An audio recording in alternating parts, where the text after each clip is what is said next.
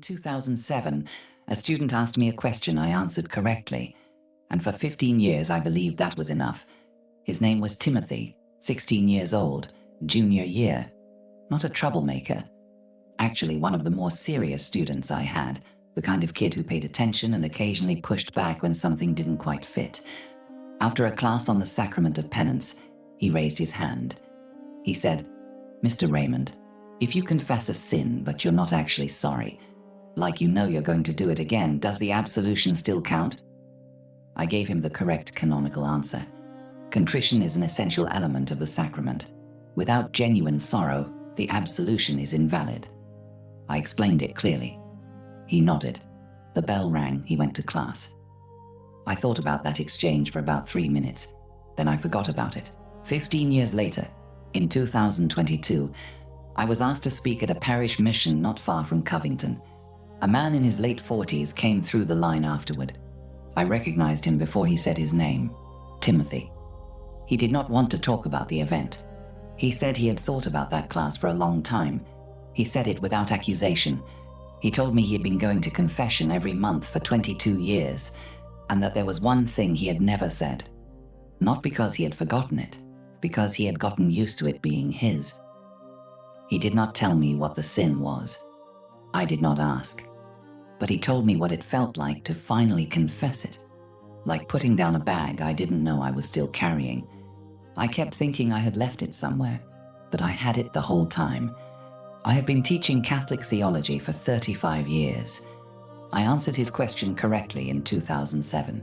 What I did not tell him, what I did not know then how to say, is what I want to tell you tonight. My name is Raymond. I want to share something I've spent the past several years trying to understand. The mechanism by which a single unconfessed mortal sin, carried quietly, becomes something you do not know you are still holding. And why Padre Pio wept in the confessional. Not at the worst sinners who came to him, at the ordinary ones. Stay with me, because this is going to get uncomfortable in ways that are meant to help, not to condemn. Let me tell you what Padre Pio saw in the confessional that most priests could not see. He could see the spiritual condition of the souls who came to him. This is documented across multiple accounts in Bernard Ruffin's Padre Pio, The True Story, in the testimonies recorded by Frater Agostino Danieli, in the memoir of Cleonice Morcaldi. He saw things about penitents that they had not told him. He sometimes sent people away with instructions to examine something specific, something they had not mentioned, something they had perhaps not thought about in years. Those who observed him across decades recorded that his forehead sometimes sweated blood when particular penitents described their confessions. Not when the sins were dramatically terrible, when they were ordinary, when someone had been carrying a mortal sin for years without the full sorrow that confession requires, when someone described receiving the sacrament of penance as a routine, the word said, the formula completed, while Padre Pio saw that the weight had not moved. He said to one such penitent, documented in testimony preserved in Ruffin's account, "You have launched a hymn to Satan, whereas Jesus, in his tremendous love, has broken himself for you." That was not theatrical language. That was his theological diagnosis. He also said, "The sight of so many souls who wish to justify their evil ways pains me, exhausts my brain, and tears at my heart." Multiple witnesses recorded those words. He said, "Let us be horrified by mortal sin and never pause in our advance to blessed eternity." He said, "Confession without repentance is a deception of conscience, in essence, a sacrilege." That word, sacrilege. Padre Pio used it not only for the liturgical offense, but for the interior one.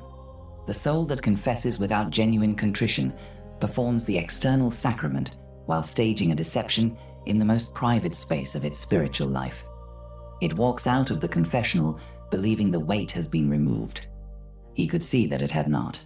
Now here is what I want to explain with precision, because this is the part that most Catholic teaching leaves unclear. Mortal sin severs sanctifying grace. The bond between the soul and God, the supernatural life that makes the soul capable of heaven, is broken. Not wounded, not weakened, severed. The soul in mortal sin is spiritually dead in a specific theological sense.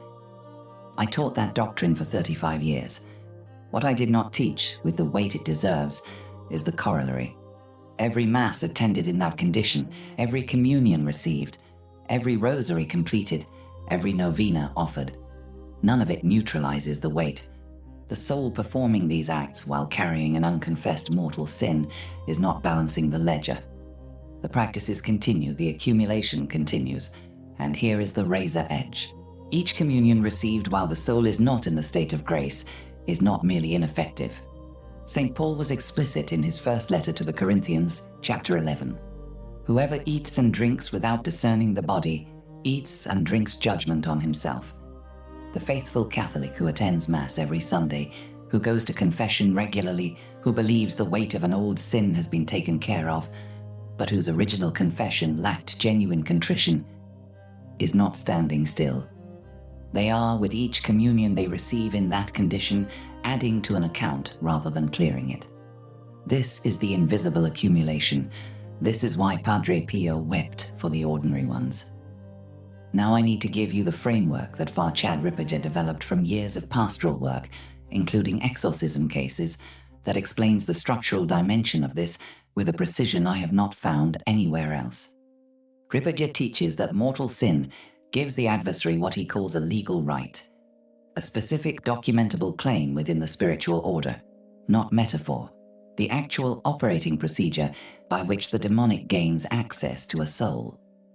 His framework draws on the broader tradition of spiritual theology, but his specific contribution is the documentation from exorcism cases, documented in his book Dominion and in his widely circulated interviews, including episode 285 of The Shawn Ryan Show, where demons, when pressed under command by the exorcist, have been compelled to state their legal basis for remaining attached to a soul. They named a single sin, not a lifestyle, not a pattern. One act. One specific act, sometimes committed decades earlier, that was never properly confessed, or that was confessed without genuine contrition, and that therefore never produced a valid absolution. The person had confessed 1,000 things in the years since. They had received absolution regularly. They had lived what appeared to be, by every external measure, a devout Catholic life. One thing remained, because the rite does not expire with time. Ripperger states this explicitly. A sin committed at 23, confessed at 24 without full contrition, and never returned to at 45, still carries its legal weight at 60. The passing of time does not remove it. The resumption of devout practice does not remove it. The only thing that removes it is what the Church has always said removes it. Sacramental confession, with genuine contrition, and the firm purpose of amendment. He also makes a distinction that I consider one of the most important things he has taught. He says, confession removes the guilt of sin. Valid confession, with genuine contrition and firm purpose of amendment, removes the legal right. A confession made out of habit, without confronting the specific interior act, may produce sacramental absolution while leaving the legal right intact, because the will never actually moved. The priest said the words. The penitent heard the words. The external form was correct. But the interior act that makes the sacrament valid, the genuine movement of the will away from the sin, was absent, or only partially present, enough to feel like contrition without being the contrition the Church requires. Padre Pio could see the difference. He refused absolution to penitents who demonstrated insufficient grasp of the gravity of their sin. People came to him from across Europe. Some of them were sent away, not as a cruel act, as the act of a doctor who refuses to write a prescription when the patient has not accurately described their condition. He knew what Ripperger would later document. Confession without contrition does not remove the weight. It only creates the illusion of removal.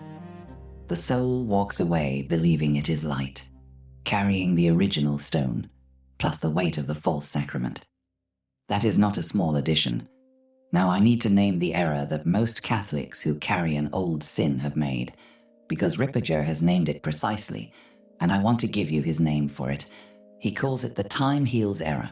The soul that committed a mortal sin years ago, confessed it once without full contrition, and subsequently resumed normal sacramental life, has typically developed a specific belief. It believes that time has done what contrition did not. that the accumulation of good living and devout practice has neutralized the original act. This belief is not just theologically incorrect. In Ripperger's framework, it is actively maintained. He has noted in his work on spiritual warfare that the adversary promotes this belief with unusual consistency, because it is the belief that keeps the legal right intact indefinitely. The soul that believes time has healed the wound never returns to the specific act in confession with the specific contrition it requires. It has, in its own interior narrative, already dealt with the matter, and the right remains. Ripperger puts it plainly. Through sin, you take yourself out from underneath God and place yourself underneath the adversary. The mortal sin is not merely a moral failure, it is a jurisdictional transfer.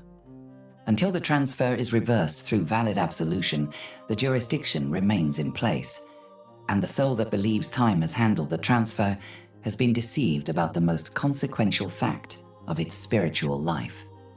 Think about the soul that committed a specific mortal sin at, say, 26, went to confession within the year, said the words, received absolution, felt some sense of relief, but the act of contrition was more habit than movement. The specific sin was named in the confessional but never truly confronted in the interior. That was 20 years ago. In the 20 years since, weekly mass, regular confession, the rosary, consistently, a serious Catholic life by every external measure. But the specific act, done at 26, was never returned to in confession with the contrition it required. Every communion received since, the soul receiving the Eucharist with a legal right still in place, not neutralized by the hundreds of valid sacraments received, not cancelled by 20 years of devout practice. The right pertains to that specific act. It is addressed by the confession of that specific act with genuine contrition. Nothing else addresses it. The soul going to confession monthly for 20 years has received absolution validly for everything it has confessed in those 20 years. It has not received absolution for the act at 26 because it has never confessed that act with the contrition the Church requires. It may not even remember the act with clarity anymore. The emotional texture of it has faded. It exists now only as a fact about the past, something that happened, was supposedly dealt with, and has not been thought about in a decade. But the spiritual architecture does not care about emotional texture. The rite is documented in a ledger the soul cannot see, but that the demonic reads with perfect accuracy. Now here is where Padre Pio's pastoral precision becomes absolutely critical. He distinguished sharply between two kinds of souls, the scrupulous and the complacent. The scrupulous soul fears sin it has not committed, agonizes over whether ordinary actions were sinful, whether confessions were adequate, whether it is truly in the state of grace. Padre Pio was famously gentle with scrupulous souls. He understood that the wound was not unbelief, but excessive self-examination turned inward. The complacent soul is different. The complacent soul has committed a real sin, named it, filed it under resolved, and stopped examining it. Not because the examination produced peace, because the examination was replaced by the passage of time. Padre Pio's severity with the complacent soul was not condemnation. It was refusal to participate in the self-deception.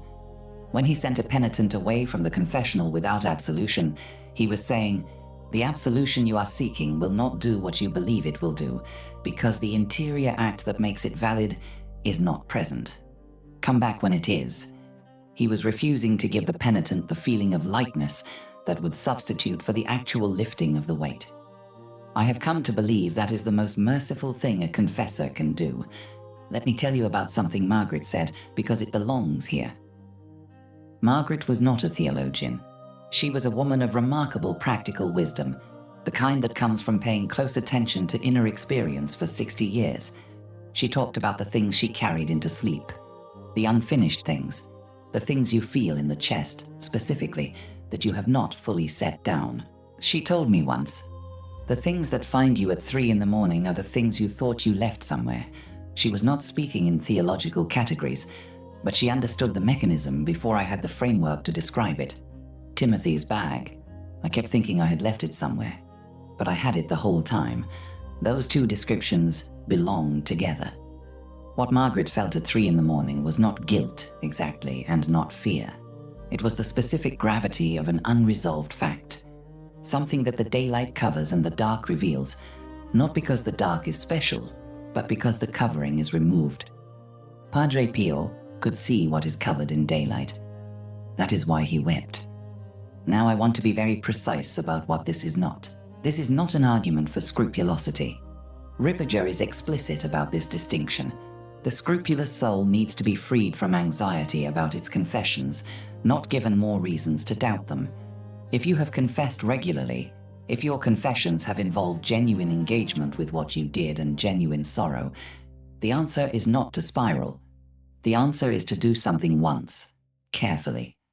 A surgical audit of one specific question. Is there a mortal sin, a grave matter committed with sufficient reflection and full consent, that I have not confessed, or that I confessed without genuine contrition? Not a comprehensive forensic review of your entire moral life. One question. One door to open and look through honestly. Most people who do this find nothing. If that is the case, the audit takes 20 minutes and produces peace. But the soul that has been carrying the stone will feel it when this question is asked with honest intention, because most of the time, the soul carrying an old, unconfessed mortal sin knows it is there, not as a sharp presence, as a dull fact about the past that has been filed under resolved or under too old to matter, or under God understands the context. The audit is not designed to produce shame. It is designed to produce recognition, because you cannot confess what you have not first clearly named. Let me give you the mortal sin audit protocol. 5 steps. Doable tonight. The first step is to identify specifically. Set 20 minutes aside, alone. Ask the question plainly. Is there a mortal sin I have not confessed, or that I confessed without genuine contrition? Write it down if necessary. The act of writing produces a specificity that interior examination alone often does not. You're not writing it for anyone to see. You're writing it so that you have to put the thing in words, the actual words of the act, not the category it has been filed under. The filing is part of the concealment. The name is part of the recognition. The second step is an act of perfect contrition tonight. Padre Pio taught, documented in Morcaldi's record of his spiritual direction, that an act of perfect contrition, sorrow rooted in love of God rather than fear of punishment, restores sanctifying grace immediately before sacramental confession is possible. It is not a substitute for confession. The legal right is not revoked by perfect contrition alone, but sanctifying grace is restored tonight. Pray the act of contrition slowly. Name the specific sin aloud, not the category, the act, with the explicit intention of confessing it sacramentally as soon as possible. The third step is to schedule the confession within 48 hours, not sometime soon, a specific time, a specific priest.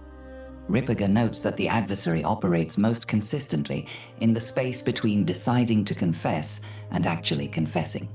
He promotes the feeling that the interior movement has already done the work, and that the external sacrament can wait. 48 hours. Write it down. The decision without the execution has not revoked the right. The fourth step is to name the sin in kind and in number. Canon 988, paragraph 1. The faithful are bound to confess in kind and in number all grave sins committed after baptism of which they are aware after careful examination of conscience. Not in a general formula, in the specific act. If years have passed, tell the confessor the duration, and ask explicitly for the revocation of any legal right established through this sin. This language, drawn from Ripperger's deliverance prayers for laity, makes the revocation explicit.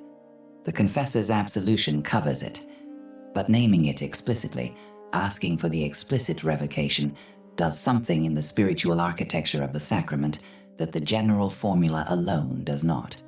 Padre Pio understood precision as mercy. The specific name said to a specific priest in a specific sacrament is what lifts the specific weight. The fifth step is to pray the chaplet of divine mercy today for yourself as intercession for the grace of a good death. Padre Pio prayed the chaplet for souls who would die without the sacraments. The mercy it asks for is specific, for those at the hour of death who have no hope except in God's mercy. Praying it for yourself while living is the same intercession applied to a different hour. You are asking in advance for the mercy that was offered in every moment you carried the weight, and that is still offered now. I want to close with Timothy. He told me about the bag, and I have thought about it since. The thing that struck me most was not the weight.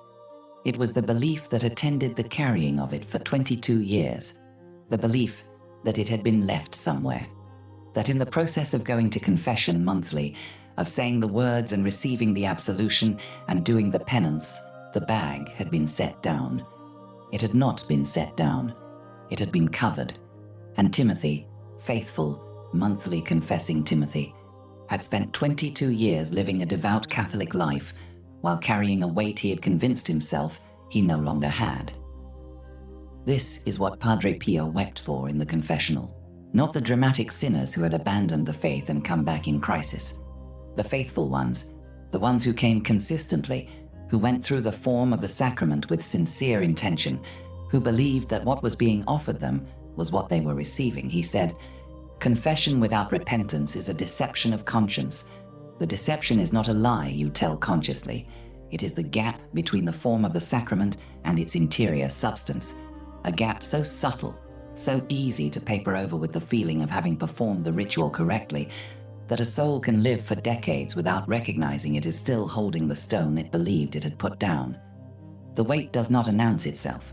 It becomes the background, present in the prayers that feel slightly hollow, in the masses that feel correct but somehow distant, in the moments of spiritual dryness that you attribute to everything except the unrevoked right sitting at the foundation of the whole structure. Margaret was right. The things that find you at 3 a.m. are the things you thought you left somewhere. Before you sleep tonight, I want you to say the act of contrition out loud, the full form, slowly. Oh my God, I am heartily sorry for having offended you, and I detest all my sins because of your just punishments, but most of all because they offend you, my God, who are all good and deserving of all my love. I firmly resolve, with the help of your grace, to sin no more and to avoid the near occasions of sin. Name somewhere in it the specific thing that surfaced when I asked the audit question, the thing that has been covered for years, but that you know if you are honest is still there. The interior act of naming it is the beginning.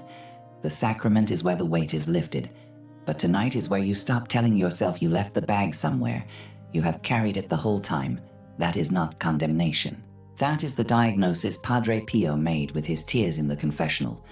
And the reason he wept is the same reason I am telling you this tonight, because the bag can be set down, not by time, not by the accumulation of good practice, not by the feeling of having performed the sacrament correctly, by the named sin, the genuine contrition, the firm purpose of amendment, the absolution from a validly ordained priest. After that, the weight is gone, not covered, gone.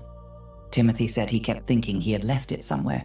After he confessed it, he knew where he had left it, in the confessional, specifically, by name, the way Padre Pio always said it had to be done. Take this with you tonight. God bless you, and stay vigilant.